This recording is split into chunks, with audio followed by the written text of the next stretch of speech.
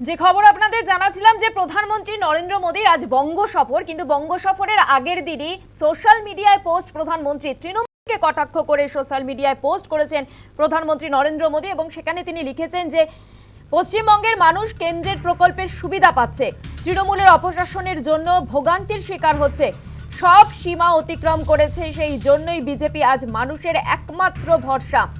গতকালই প্রধানমন্ত্রী নরেন্দ্র মোদী তিনি সোশ্যাল মিডিয়ায় পোস্ট করেছেন, অর্থাৎ বঙ্গ সফরের আগের দিনই তৃণমূলকে কটাক্ষ, সোশ্যাল মিডিয়ায় তৃণমূলকে কটাক্ষ প্রধানমন্ত্রী।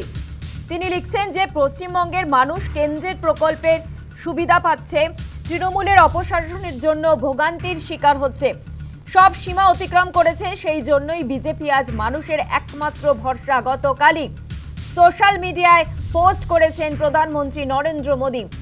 আজ প্রধানমন্ত্রীর মেগা সফর আছে বঙ্গে এবং তার আগের দিনই প্রধানমন্ত্রী তিনি সোশ্যাল মিডিয়ায় পোস্ট করেছেন এবং কটাক্ষ করেছেন তৃণমূল কংগ্রেসকে।